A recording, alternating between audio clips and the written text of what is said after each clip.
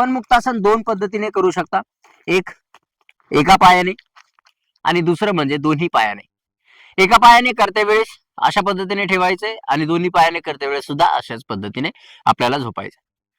एक पायाने करते वेळेस एक पाय फोल्ड करायचा आहे, पायाचा गुडघा आपल्याकडे घ्यायचा आहे, बोटांना इंटरलॉक करायचं अशा पद्धतीने आणि गुडघ्यापासून 4 बोट खाली अशा पद्धतीने आपल्याला इथे होल्ड करायचंय.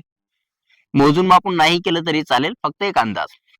कारण या ठिकाणी आपण जर होल्ड केलं तर या ठिकाणी पूर्ण वजन, पूर्ण आपला प्रेशर जो आहे, फोर्स जो आहे तो गुडघ्यावरती जाईल, वाटीवरती जाईल. त्यामुळे थोडंसं हलकंसं खाली घ्यायचं शिन बोन वरती, जेणेकरून आपण आरामात पाय आपल्याकडे खेचू शकतो अशा पद्धतीने.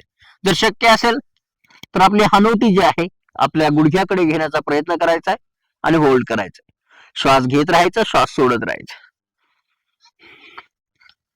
हळूच परत यायचंय, आराम करायचा. ठीक आहे.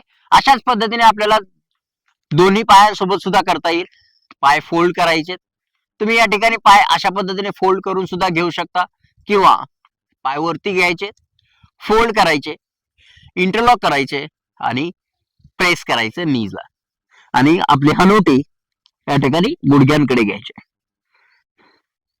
या ठिकाणी थांबायचे, काही श्वास, हळूच परत यायचंय, आराम करायचा आहे, रिलॅक्स.